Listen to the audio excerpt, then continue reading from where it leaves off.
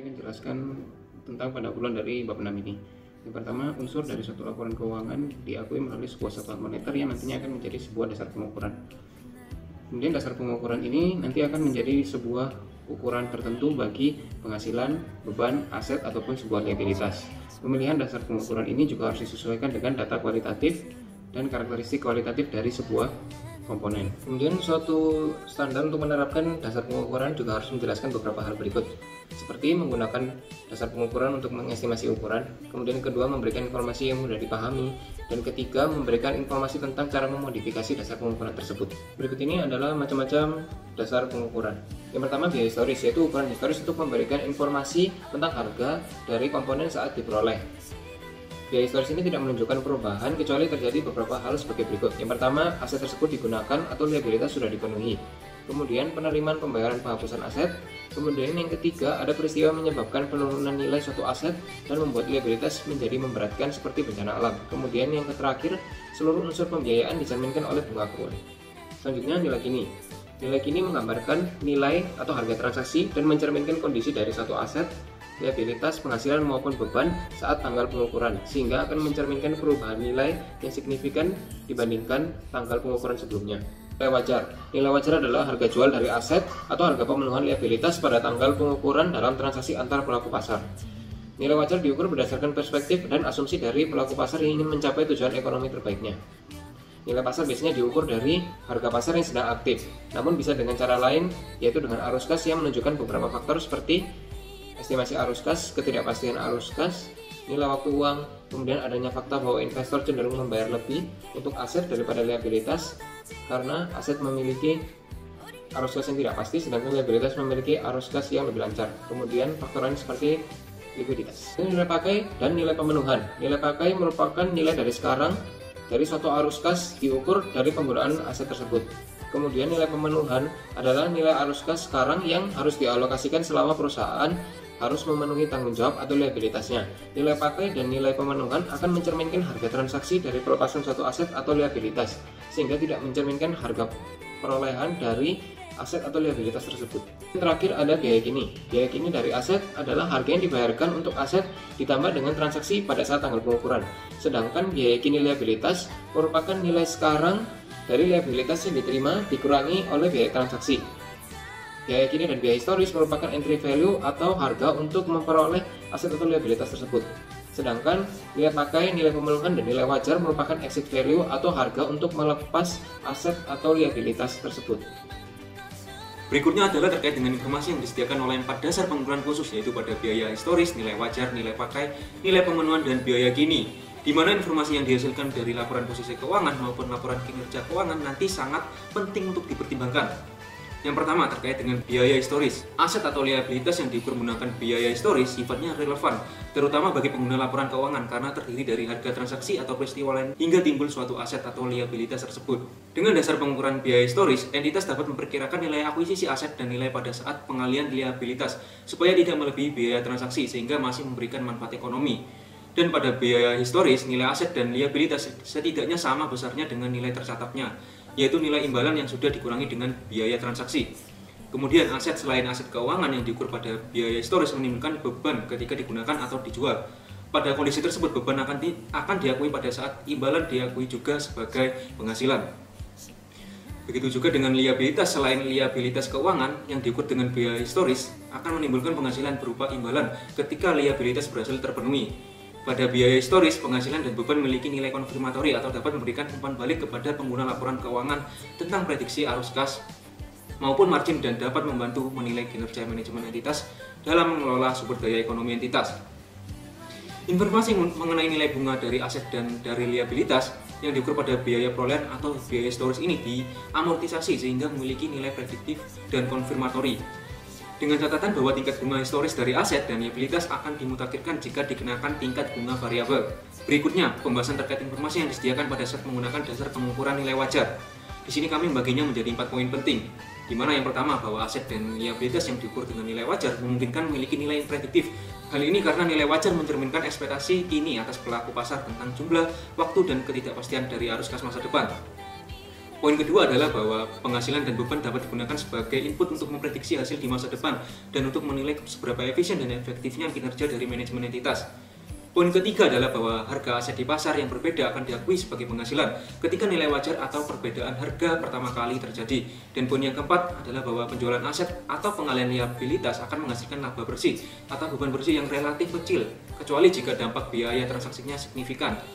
Dan asumsi yang digunakan pada nilai wajar di poin pembahasan ini adalah asumsi sebagai pelaku pasar.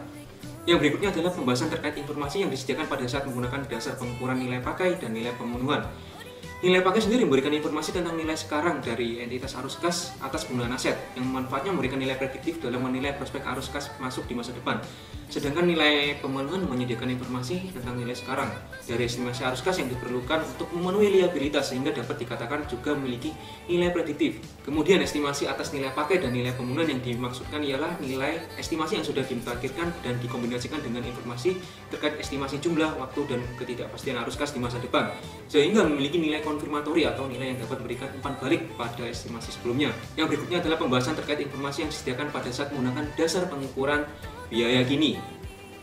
Informasi mengenai aset dan liabilitas yang diukur pada biaya kini kemungkinan akan relevan. Hal ini karena biaya kini mencerminkan biaya aset yang setara akan diperolehnya atau dibuat pada tanggal pengukuran atau pertimbangan yang akan diterima untuk menanggung atau mengambil alih liabilitas yang setara. Kemudian biaya kini dapat dikatakan sama dengan biaya historis apabila mampu memberikan informasi tentang biaya atas aset yang digunakan atau tentang penghasilan yang diterima setelah berhasil memenuhi liabilitas, di mana nantinya informasi tersebut digunakan untuk memperoleh margin kini dan dapat digunakan juga sebagai input dalam memprediksi margin di masa depan.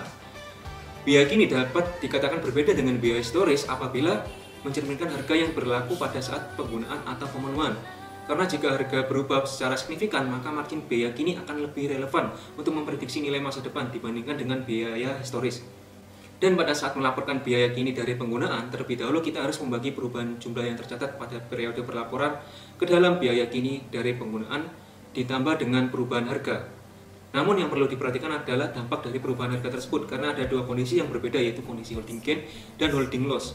Holding gain sendiri terjadi ketika kepemilikan dalam kondisi untung, sedangkan holding loss terjadi ketika kepemilikan dalam kondisi rugi. Selanjutnya yaitu faktor yang dipertimbangkan saat memilih dasar pengukuran. Selain mempertimbangkan sifat informasi, diperlukan faktor lain yang perlu dipertimbangkan. Nah, faktor yang pertama yaitu relevansi. Relevansi informasi yang diberikan oleh suatu dasar pengukuran untuk aset atau liabilitas, serta untuk penghasilan dan beban dipengaruhi oleh dua faktor. Nah, yang pertama yaitu karakteristik aset atau liabilitas, dan yang kedua yaitu kontribusi arus kas masa depan. Nah, selanjutnya yaitu karakteristik aset atau liabilitas. Nah, relevansi informasi yang diberikan oleh dasar pengukuran bergantung pada variabilitas arus kas dan apakah nilai aset dan liabilitas sensitif terhadap faktor pasar atau resiko lain.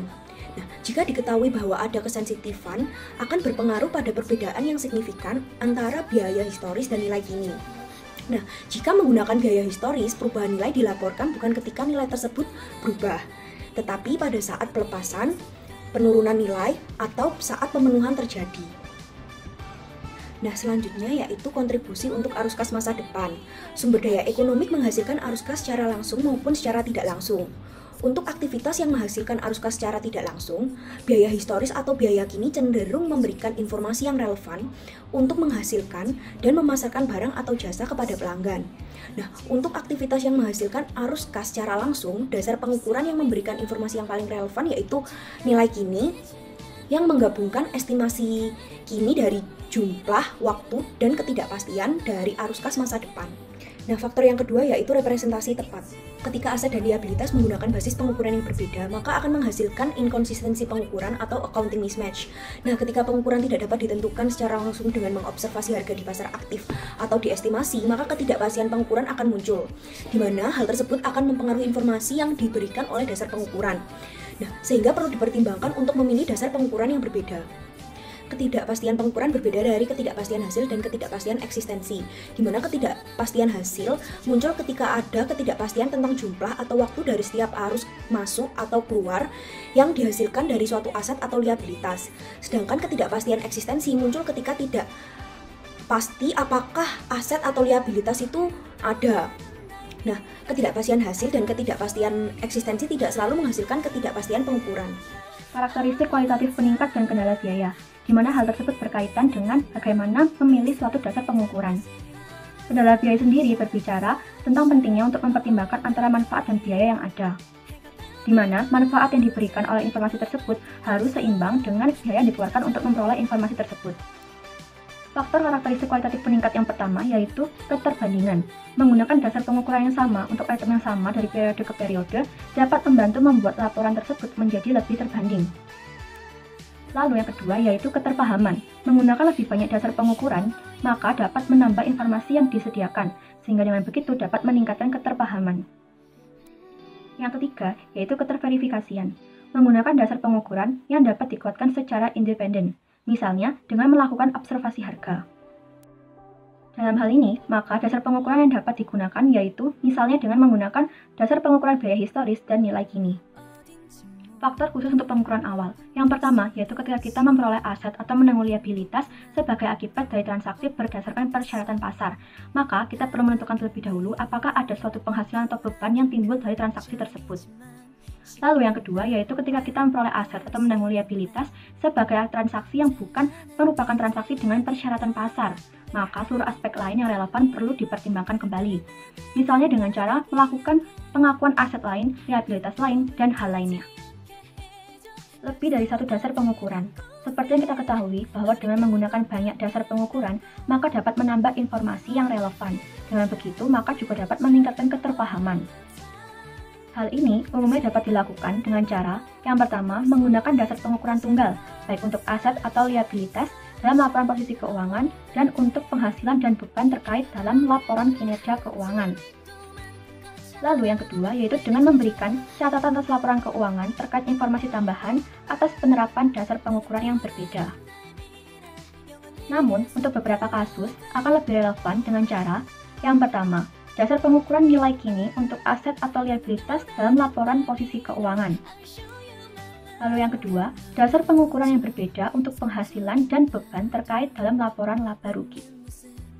Nah, lanjut ke 6.87, kita di sini akan belajar tentang pengukuran ekuitas. Nah, pada dasarnya ekuitas itu akan sama dengan aset dikurangi liabilitas seperti pada gambar di atas. Nah, karena bertujuan untuk umum, jadi total pengukuran ekuitas itu biasanya tidak akan sama dengan 3 hal. Jadi yang pertama adalah nilai pasar agregat dari klaim ekuitas pada entitas. Yang kedua adalah jumlah yang dapat diperoleh dengan menjual entitas secara keseluruhan dengan dasar kelangsungan usaha. Dan yang ketiga adalah jumlah yang dapat diperoleh dengan menjual seluruh aset entitas dan menyelesaikan semua liabilitasnya. Nah, lanjut ke 6.89, jadi mengukur ekuitas itu dapat secara tidak langsung, tapi hal ini tuh bisa tepat pada 2 hal. Jadi mengukur secara langsung jumlah tercatat dari beberapa kelas ekuitas individual, dan yang kedua adalah beberapa komponen lainnya. Di 6.90 ini kita akan belajar kalau itu tuh biasanya positif. Apa sih yang biasanya positif? Jadi yang biasanya positif itu adalah total jumlah tercatat kelas ekuitas individual, dan negatif itu kalau ada di kondisi tertentu aja. Dan yang kedua, total jumlah ekuitas itu biasanya juga positif, dan negatif itu tergantung dari aset dan liabilitas yang diakui oleh suatu perusahaan dalam catatan laporan keuangan. Nah, lanjut ke teknik pengukuran berdasarkan arus kas. Jadi digunakan untuk mengestimasi ukuran yang mungkin tidak dapat diobservasi secara langsung. Dan digunakan dalam apa? Digunakan dalam menerapkan suatu dasar pengukuran dan perlu untuk mengidentifikasi dasar pengukuran mana yang digunakan. Dan sejauh mana teknik tersebut mencerminkan faktor-faktor yang berlaku untuk dasar pengukuran tersebut. Nah, misalnya aja, jika dasar pengukuran itu nilai wajar, maka faktor-faktornya itu adalah estimasi arus kas masa depan, ketidakpastian yang melekat pada arus kas, nilai waktu uang, harga untuk menanggung ketidakpastian yang melekat pada arus kas, dan faktor-faktor yang lain. Di 6.92 ini, kita akan belajar bahwa teknik pengukuran yang tadi itu tidak hanya digunakan dalam hal yang tadi aja, tapi bisa juga untuk memodifikasi. Misalnya, untuk mengecualikan dampak kemungkinan bahwa satu emiten itu mungkin gagal dalam memenuhi liabilitasnya. Terkadang melakukan modifikasi ini bisa lebih relevan atau bahkan lebih sulit bagi pengguna dari laporan keuangan itu sendiri. Nah, lanjut ke ketidakpastian hasil. Jadi timbul tentang jumlah atau waktu arus kas masa depan yang merupakan karakteristik penting dari aset dan liabilitas, dengan faktor-faktor yang mempertimbangkan kemungkinan variasi dalam estimasi jumlah atau waktu arus kas tersebut. Nah, variasi itu sendiri itu dipertimbangkan dalam memilih jumlah tunggal dari dalam rentang kemungkinan arus kas. Nah, jumlah tunggal yang tadi itu kadang-kadang jumlah hasil yang mungkin, tetapi hal ini juga tidak selalu terjadi. Jika memberikan informasi yang relevan, biasanya itu berasal dari bagian tengah rentan estimasi tengah. Dan estimasi tengah ini yang berbeda juga akan menghasilkan informasi itu yang berbeda juga. Oke, lanjut. Jadi estimasi tengah ini ada kayak di gambar itu, bergantung pada estimasi arus kas masa depan dan kemungkinan variasi dalam jumlah atau waktu arus kas. Nah, tidak mencakup harga untuk menanggung ketidakpastian bahwa hasil akhir mungkin berbeda dengan estimasi tengahnya. Nah, sekian presentasi dari kelompok kami. Maaf jika ada salah kata dan perbuatan. Terima kasih sudah menonton.